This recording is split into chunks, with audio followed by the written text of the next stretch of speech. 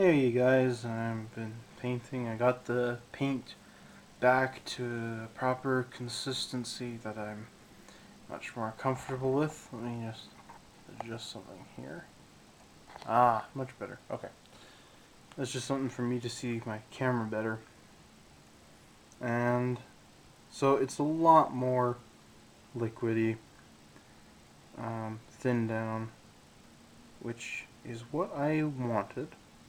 But it does mean I'll have to, you know, repaint all these little copper parts twice. No big deal.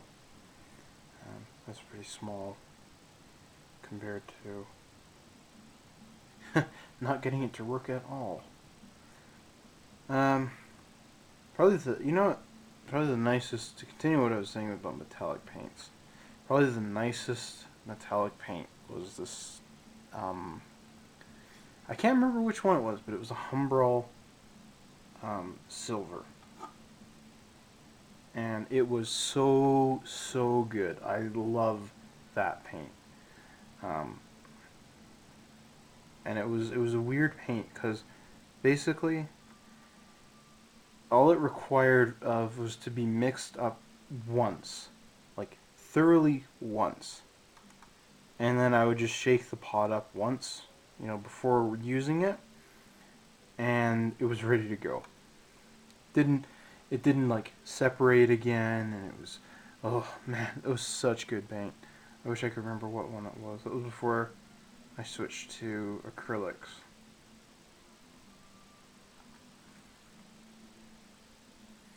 And I switched to acrylic. I love Humbrol paints, but I switched to Tamiya acrylics for one reason. I hate the pots. These little pots that they come in. They're such good paints, but I can't stand these little pots. You open them up and there's paint on the top. They're hard to stir. Um, I just had enough with them. I can't get Humbrol acrylics over here. They're I don't know why they're not over here. My hobby store did say he had a chance of getting them in last year, and unfortunately that never happened. Um, but yeah, that's why I don't use Humbrol anymore. Is because of the pots. They just I and then the rims dry up and you can't get the lids back on. And if Humbrol ever changes to something more easy to use and easy to close up when you're done, I will be back and buying them like none other because they had some terrific paints. I love their color range. So that being said, I don't hate them. I hate the pots. I love the paint. Oh man, they had such good stuff. Such great colors. No, I think I'm kind of running out of places to paint copper. There are copper places on this ship, but not a lot. But I'd like to, cover them all. And I'm quite happy with that. I'm having a bit of a problem with the box art. The box art is different than the Enterprise, what it actually is. So I'm having to jump back and forth because I'm not sure what to make of it. Because it's like they get the color right of the ship and they have the panels right, but then there's little details that it's like they just didn't bother to put in. I don't know what to make of it.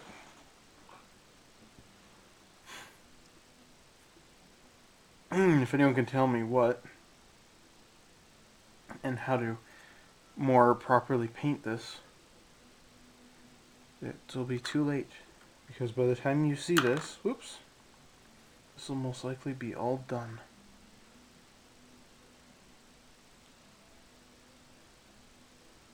Okay, there we go.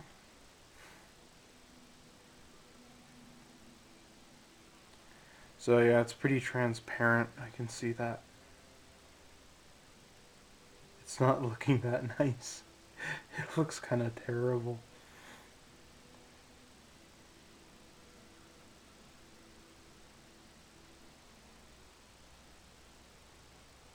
it'll look really nice once I get that second coat on, or maybe a third. Sometimes with metallic colors, I've had to put third coats on them.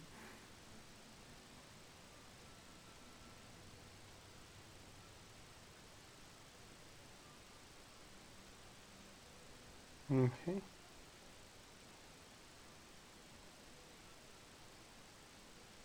I like this metallic brown.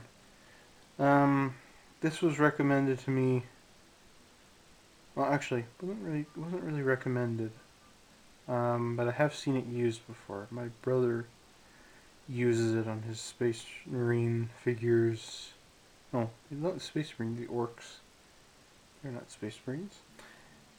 He uses it to paint them a lot, and he really likes it. He tried like all the copper colors and things like that, and he liked this one the best. And I looked at them all in the store. I was like, oh, this metallic brown looks awfully coppery for what I need.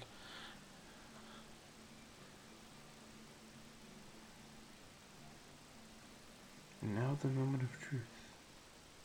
To paint the inside of this.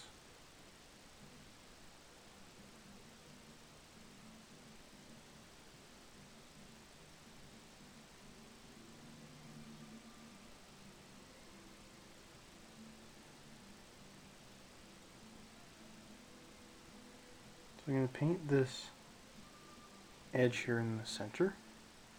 And then carefully... Oh, no, I missed a bit. Hold on. Rewind.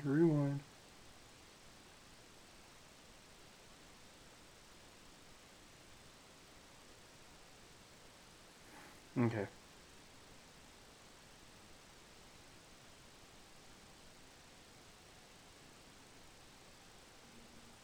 Just going to gently paint this little bit of a lip.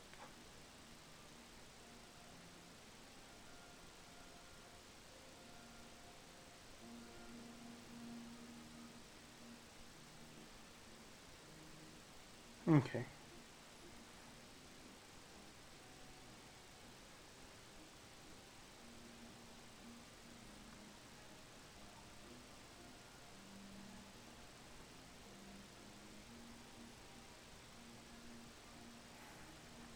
Ta-da!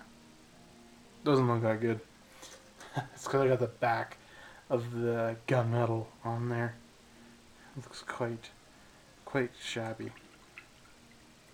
So next video will be the. I think what I'm gonna do is I'm just gonna paint everything else that I have to on here, because like this is gonna take 2 coats, which could take me a couple hours to do. This is gonna take me a couple coats, which could take me another couple hours, and then I'm gonna have to do some touch-up work, final details on a couple of things. Oh, and then the big one, the biggie, is I did make the stand. Actually, I didn't make it myself. I had someone else who is much better at that do it for me. And yeah, tomorrow is supposed to be like a super nice day here in southern Alberta. And if it's not too windy, actually even if it is too windy, I'm going to take a Dremel tool out there and I'm going to clean all the edges and fix that up. And it'll look really nice. So though, I'm not going to... I did make the stand. I got to finish it, polish it off, spray paint it, and all that jazz. So maybe I'll get that done. I should get that done actually really quick, because I kind of need that right away, don't I? Good thing I'm planning this now rather than later when disaster strikes. So that's about it. Maybe I won't get to do it tomorrow, because I do have work to do tomorrow. Anyways, who cares? I will do something and you guys will see it when it's done, okay? Thanks for watching, guys.